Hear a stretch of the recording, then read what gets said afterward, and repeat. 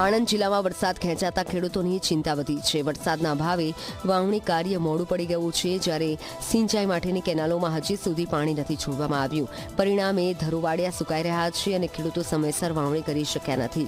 સમયસર વાવણી ન થતાં પાકના ઉત્પાદન પર અસર થવાની ભીતિ પણ ખેડૂતોમાં જોવા મળી રહી છે।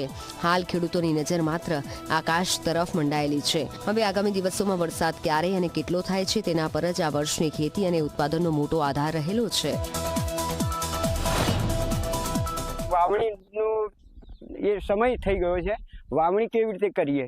હવે અમારે તો દર વર્ષે આ સાલ પૂરતું નહીં પણ દર વર્ષે સિંચાઈની રાહ જોઈને અમે વાવણી કરીએ છીએ। તારીખ 11 જૂનના રોજ સિંચાઈ સલાહકાર સમિતિની બેઠકમાં 7 જુલાઈથી પાણી છોડવાનું સિંચાઈ વિભાગનું આયોજન હતું, પણ તત્કાલીન પરિસ્થિતિ જોતા માનનીય ધારાસભ્યશ્રીઓની રજૂઆતો અને ખેડૂતોની માંગણીને ધ્યાને લઈ આજે તારીખ 29 જૂનના રોજ પાણી છોડવાનું સિંચાઈ વિભાગનું આયોજન છે।